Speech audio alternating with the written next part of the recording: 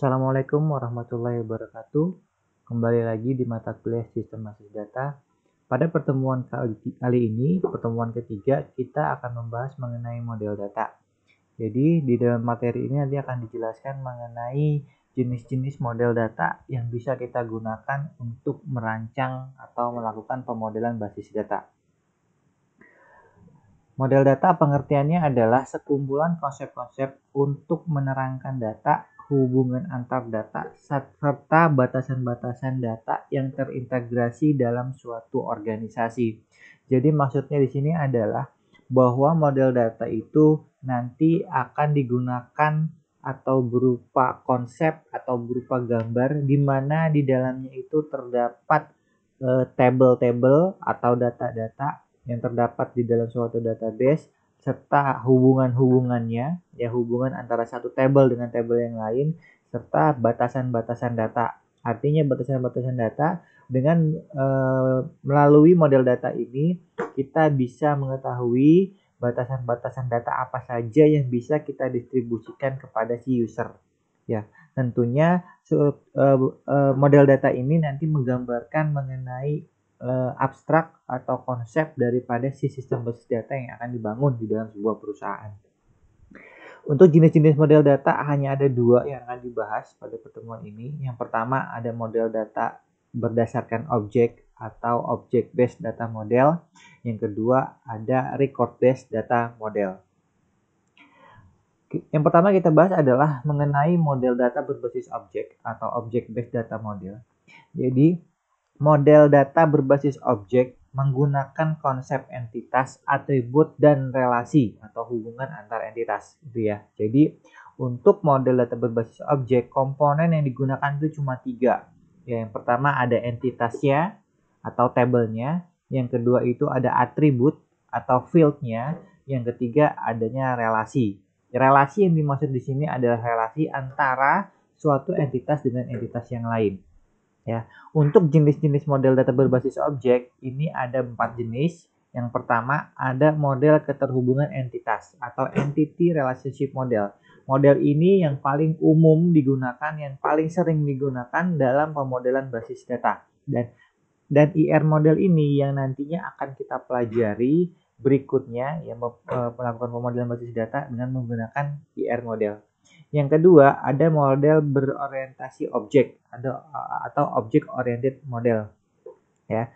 Yang ketiga, ada model data semantik atau semantic data model. Yang keempat, ada model data fungsional atau fungsional data model. Nanti masing-masing keempat poin ini akan dibahas pada slide berikutnya. Kita lihat di bawah bahwa model keterhubungan entitas atau entity relationship model merupakan model yang paling populer atau yang paling umum digunakan dalam perancangan atau pemodelan basis data. Oke, kita masuk yang pertama mengenai entity relationship model. Model untuk menjelaskan hubungan antar tabel atau antar data dalam sebuah database berdasarkan bahwa real world terdiri dari objek-objek dasar yang mempunyai hubungan atau relasi antar objek-objek tersebut. Jadi maksudnya di sini adalah bahwa IR model ini nanti akan menjelaskan hubungan antara satu buah tabel dengan tabel yang lain, di mana tabel-tabel tersebut adalah merupakan fakta ya atau merupakan data di mana data tersebut nanti memiliki atribut dan mempunyai hubungan ya antara satu data atau satu tabel dengan tabel yang lain. Komponen utama pembentuk model IR ada 3, yaitu pertama entitas atau tabelnya, yang kedua adanya relasi, yang ketiga adanya atribut. Ya, jadi cuma 3 komponennya. Ada entitas, ada relasi, ada atribut. Model IR yang berisi komponen himpunan entitas, relasi yang dilengkapi dengan atribut-atribut dapat digambarkan dengan menggunakan diagram entity relationship atau diagram IR atau entity relationship diagram. Ya, atau IRD disebutnya. Simbol yang digunakan cuma 4. Yang pertama ada simbol persegi panjang, yaitu menyatakan himpunan entitas atau menyatakan tabelnya. Yang kedua ada gambar belah ketupat simbolnya, dia menunjukkan himpunan relasi, yang menunjukkan himpunan relasi. Relasi yang dimaksud di sini adalah relasi antara suatu entitas dengan entitas yang lain atau satu entitas dengan entitas itu sendiri. Ya, jadi relasi yang dimaksud di sini adalah relasi yang menghubungkan antar entitas, ya, bukan antar entitas dengan atribut. Gitu. Lalu yang ketiga, simbol yang ketiga ada simbol oval, yaitu menyatakan atribut atau menyatakan properti atau field, ya, field dari sebuah entitas di sini. Dan di situ disebutkan juga bahwa atribut yang diberi garis bawah itu merupakan atribut kunci. Ya, jadi harus ingat untuk membedakan atribut biasa dengan atribut kunci, biasanya atribut kunci akan diberi garis bawah. Yang ketiga, yang keempat, adanya penghubung atau link. Nah, penghubung atau link adalah garis yang menghubungkan antara entitas dengan relasi. Ya, atau biasa disebut dengan asosiasi di sini. Jadi garis atau link yang menghubungkan antara entitas dengan relasi. Ya, sedangkan garis yang menghubungkan antara entitas dengan atribut itu menunjukkan bahwa atribut tersebut merupakan field daripada si entitasnya.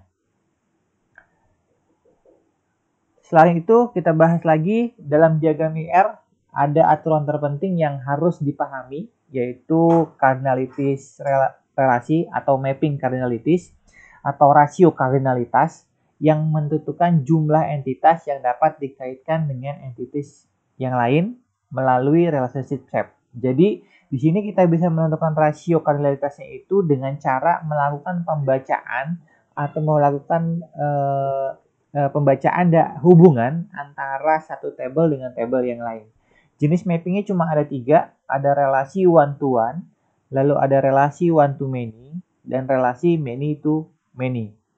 Yang perlu kalian ketahui di sini adalah untuk menentukan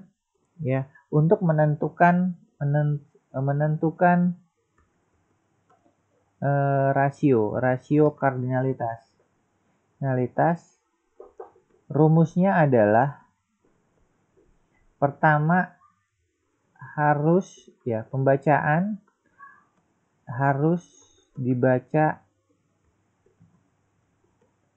dua arah, gitu ya.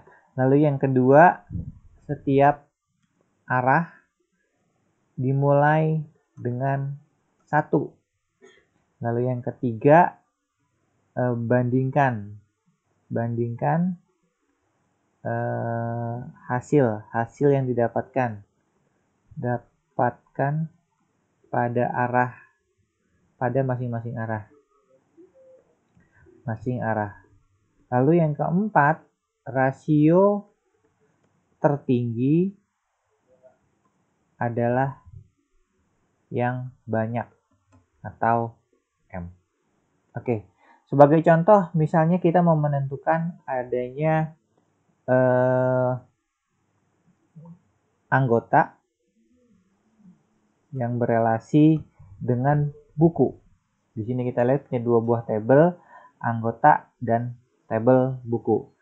Cara pembacaannya adalah pertama, satu anggota dapat meminjam banyak buku.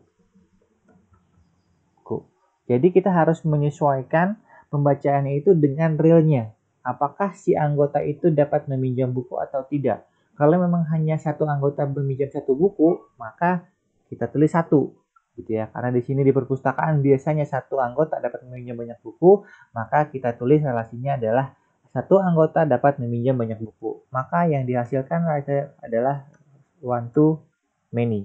One-nya itu untuk di anggota dan many-nya untuk di buku. Lalu dibaca arah sebaliknya dari buku ke anggota. Satu buku dapat dipinjam oleh banyak anggota, gitu ya. Jadi maka yang dihasilkan adalah 1 ke banyak untuk dari buku ke pinjam. Maka kita bandingkan 1 ke banyak, ya. Terus berarti dari buku yang kedua banyak banding 1. Ini kita bandingkan, maka hasilnya jika dibandingkan antara yang 1 dengan yang bawahnya, tadi sudah disebutkan di yang keempat adalah rasio tertingginya adalah M. Maka didapatkan many to many. Maka apa? Rasio kardinalitas antara tabel buku atau dari anggota ke buku adalah many to many. Seperti itu. Ya. Jadi ini penjelasan bagaimana menentukan kardinalitas. Nanti untuk kasus yang lain silahkan diuji coba dengan menggunakan tabel yang lain. Oke, saya lanjut. Ini contoh relasi one to one. Relasi one to one dosen mengepalai jurusan. Yang harus kalian pahami di sini adalah bahwa yang digambarkan dengan menggunakan persegi panjang ini adalah tabelnya atau entitasnya. Lalu di sini ada mengepalai ya atau relasi ya, relasi antara dosen dan jurusan, ini yang disebut dengan relasi. Syarat daripada relasi isinya atau tulisannya harus berupa kata kerja. Gitu ya. Jadi sehingga kita dapat melakukan dengan pembacaan dengan mudah. Contoh untuk yang di sini ya, satu dosen mengepalai satu jurusan. Lalu satu jurusan dikepalai oleh satu dosen. Maka kita lihat hasil relasinya atau mapping kardinalitasnya adalah 1 to 1 dari dosen ke jurusan. Lalu kita lihat lagi di sini, di relasi mengepalai terdapat 2 buah atribut yaitu nama dosen dan kode jurusan.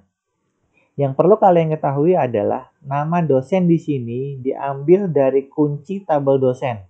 Sedangkan kode jurusan diambil dari kunci tabel jurusan. Ya, jadi untuk menggambarkan relasi ini bisa ditambahkan dengan 2 buah representasi. Ya, representasi nama dosen diambil dari tabel dosen dan kode jurusan diambil dari tabel jurusan. Ini untuk yang pertama. Untuk yang kedua, di sini ada relasi one to many. Ya, satu dosen dapat mengajar banyak mata kuliah. Ya, karena biasanya satu dosen itu mengajar banyak mata kuliah, sedangkan satu mata kuliah itu diajar oleh satu dosen. Gitu ya. Jadi maka di sini relasinya adalah mengajar, ya ada 2 entitas dosen dan kuliah di mana rasio kardinalitasnya adalah one to many. Kita lihat juga di sini bahwa ada nama dosen, ini diambil dari kunci dosen. Ya, kode cool diambil dari kunci dari tabel kuliah. Lalu ada penambahan 2 atribut baru, ini waktu dan ruang. Ya, bisa kita lihat di sini bahwa waktu dan ruang ini merupakan atribut tambahan. Atribut tambahan daripada untuk melengkapi relasi mengajar ini. Ya, untuk mendapatkan jadwal misalkan di sini, maka harus ditambahkan relasi. Ya. Lalu yang ketiga nih relasi many to many, ini konsepnya kurang lebih sama. Jadi satu mahasiswa dapat mempelajari banyak mata kuliah dan satu mata kuliah dipelajari oleh banyak mahasiswa.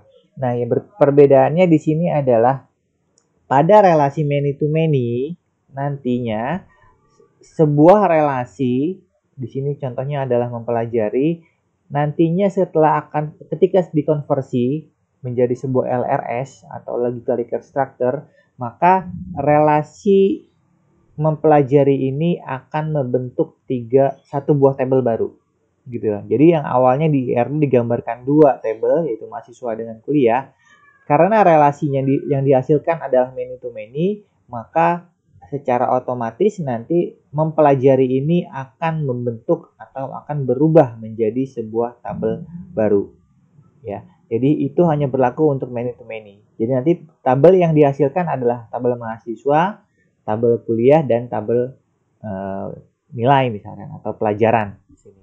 Ya, jadi itu hanya berlaku di many to many. Nah, ini contoh IRD kompleks ya dari sistem perpustakaan. Contoh di sini yang beda di sini adalah simbol ya, simbol rasio kardinalitasnya.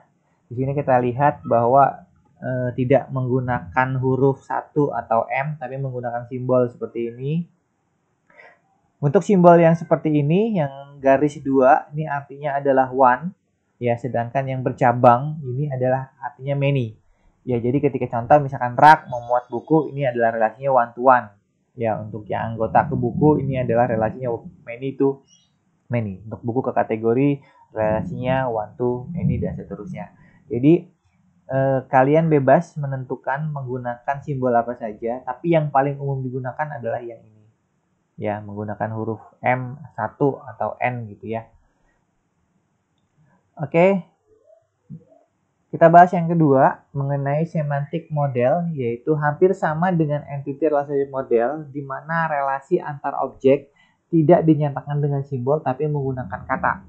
Ya, jadi di sini konsepnya mirip seperti IR diagram, bedanya dia tidak ada simbol khusus untuk menentukan relasi, ya, tapi dia menggunakan kata-kata di sini, ya. Untuk simbolnya yang digunakan cuma 2, kita bisa lihat ada simbol garis tanda panah yang ada tanda anak panahnya di sini. Ini menunjukkan adanya relasi.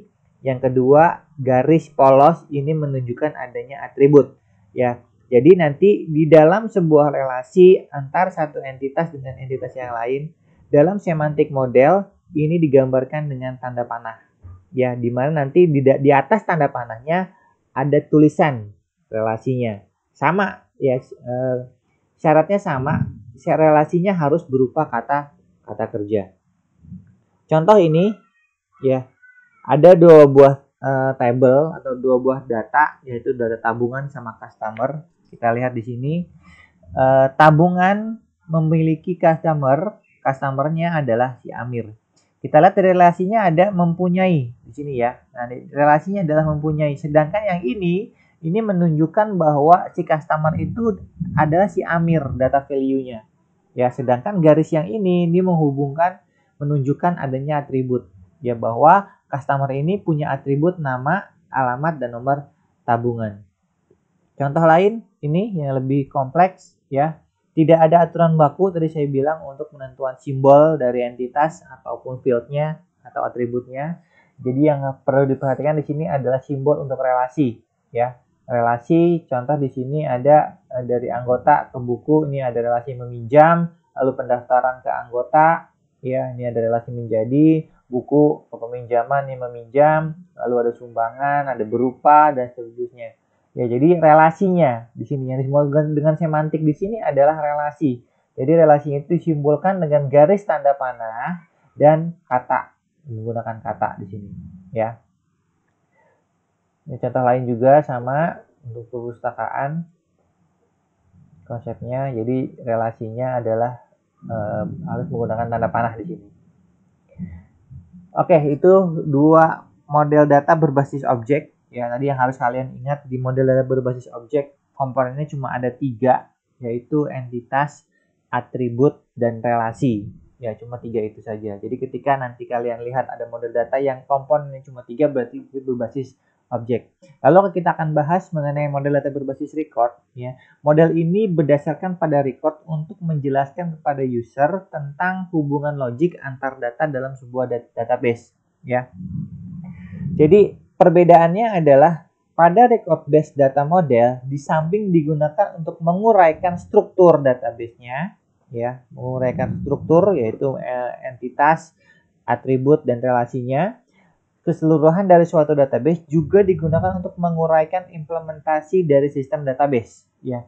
Jadi di dalam model data berbasis record ini, selain dijelaskan atau digambarkan tentang entitas, atribut, dan relasi, dia juga disertakan data value-nya.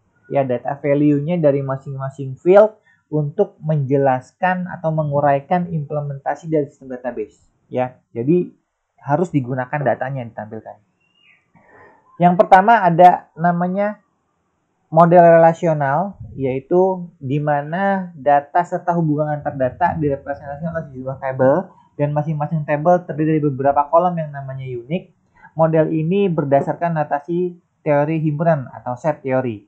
Ya, jadi Tadi ini model relasional, bentuknya apa? Bentuknya seperti table. Jadi bukan bentuk seperti kotak, bulat, belah ketupat gitu, bukan ya. Tapi model relasional lebih berbentuk ke arah table. Kita lihat contoh di sini ada 3 buah table, ada supplier, suku cadang, dan pengiriman. Maka untuk menggambarkan relasi seperti ini.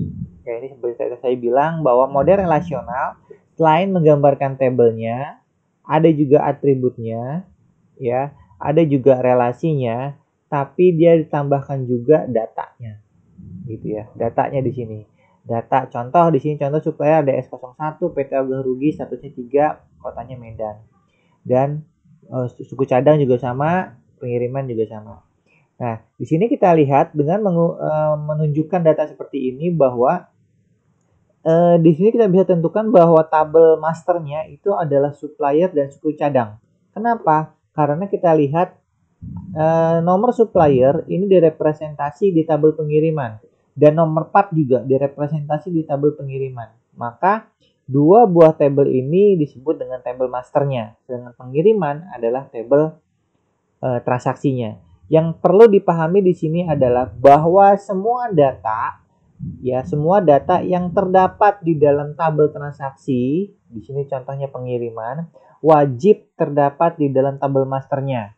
Contoh, di dalam tabel pengiriman nomor supplier ada S01, S02, S03, S04. Jadi S01 sampai 4 ini wajib datanya juga ada di tabel master supplier. Itu.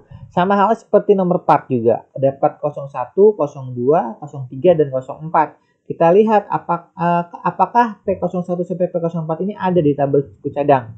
Kalau ada berarti konsepnya betul, gitu ya. Kita lihat di sini ada P05. Ya, P05 ada di dalam tabel suku cadang, tapi di tabel pengiriman ini nggak ada. Itu nggak apa-apa.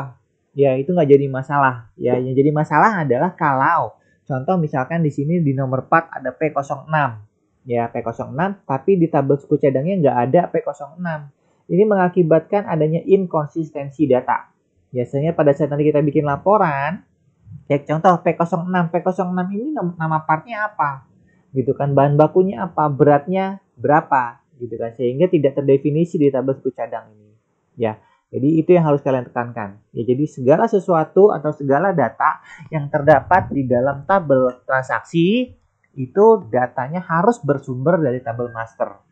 Ya, jadi kalau misalkan di tabel transaksinya nggak ada, itu namanya inkonsistensi.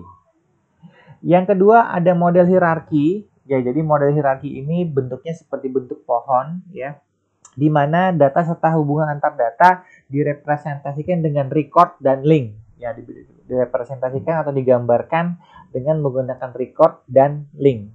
Di mana record-record tersebut disusun dalam bentuk tree atau pohon. Itu ciri khas daripada hierarki, dia dibentuk dalam bentuk pohon.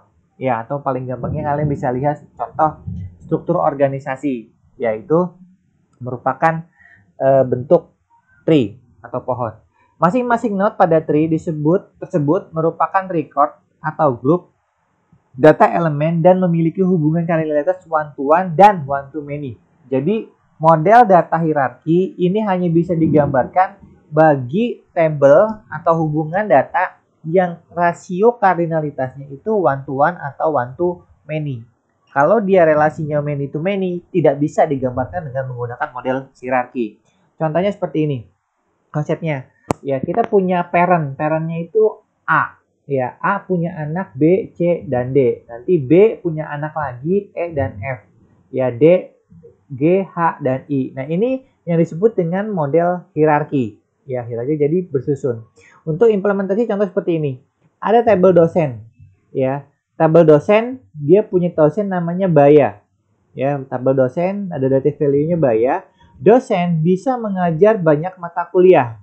Ya, dalam kasus ini dosen Baya mengajar 2 buah mata kuliah sistem database dan analisa perancangan sistem informasi. Ya, kemudian tabel mata kuliah di sini di satu mata kuliah bisa dipelajari oleh banyak mahasiswa. Ya, satu mata kuliah bisa dipelajari oleh banyak mahasiswa. Maka kita lihat sistem database dipelajari oleh Nina, Lena, Hafiz, dan Novi. Sedangkan mata kuliah analisa perancangan sistem informasi dipelajari oleh Hafiz, Naya, dan Rafa. Ciri khasnya di sini adalah kita lihat terdapat dua buah nama yang sama, mahasiswa yang sama, yaitu Hafiz. Dia ikut mata kuliah sistem basis data dan analisa perancangan sistem informasi.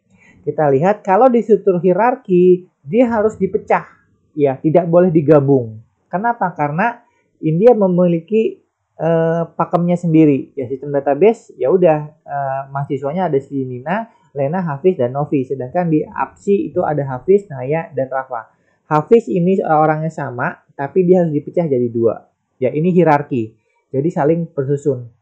Artinya di sini adalah si anak E dan F ini hanya bisa berhubungan dengan si B. Ya, dia nggak bisa E dan F nggak bisa berhubungan dengan si D atau si C. Gitu. Begitu pula sama GHI. GHI hanya berhubungan sama si D, nggak bisa berhubungan dengan B sama atau C. Ya, ini model hierarki. Ini contoh database prinsipalnya. Jadi prinsipnya seperti ini. Ya, jadi ada prinsipnya ini misalkan tabel tadi di sini dosen bisa mengajar banyak mata kuliah. Mata kuliah ini diajari oleh beberapa mahasiswa. Ya, jadi saling masing-masing terhubung. Ya, tidak boleh ada yang berhubung satu sama lain. Dan yang ketiga, ini ada model jaringan. Ya, distandarisasi tahun 1971 oleh DBTG atau disebut dengan CODASIL, Conference on Data System Language. Ini mirip dengan hierarki model di mana data dan hubungan antar data direpresentasikan dengan record dan link. Perbedaannya adalah pada susunan record dan linknya, ya, yaitu network model menyusun record-record dalam bentuk graph dan menyatakan hubungan kandidatus one-to-one, one-to-many, dan many-to-many. Jadi pada prinsipnya dia mirip seperti hierarki, cuma lebih fleksibel, gitu ya. Jadi dia tidak ada konsep parent atau child, jadi semua sama node-nya. Contoh nih R1 bisa berhubungan ke R2, ke R3, ke R4 gitu ya, R2 ke R5 dan seterusnya. Jadi di sini tidak ada konsep terpusat. Jadi semua lebih ke arah fleksibel. Contohnya, nah ini dengan kasus yang tadi kita lihat sama dosen bisa mengajar banyak mata kuliah dan satu mata kuliah bisa dipelajari oleh banyak mahasiswa. Kalau di hierarki tadi kita lihat bahwa Hafiz ini ditulis 2 kali gitu ya. Dia harus ditulis di sistem database dan juga di analisa perancangan siswa. Tapi kalau di model jaringan ini bisa digabung. Ya, bisa digabung, bisa dijadikan satu dengan tujuan adalah fleksibel. Ya, jadi model jaringan itu adalah fleksibel. Kita nggak perlu nulis nama yang sama 2 kali gitu ya, Pak. Karena apa? Karena si model jaringan ini mendukung untuk fleksibel tadi, sistem datanya tidak terpusat. Nah, ini database network prinsipnya seperti ini ya. Jadi bisa kemana-mana dari masing-masing subordinat asosiasi, bisa kemana-mana ya, bisa langsung ke prinsipalnya, bisa langsung ke subordinatnya dan seterusnya.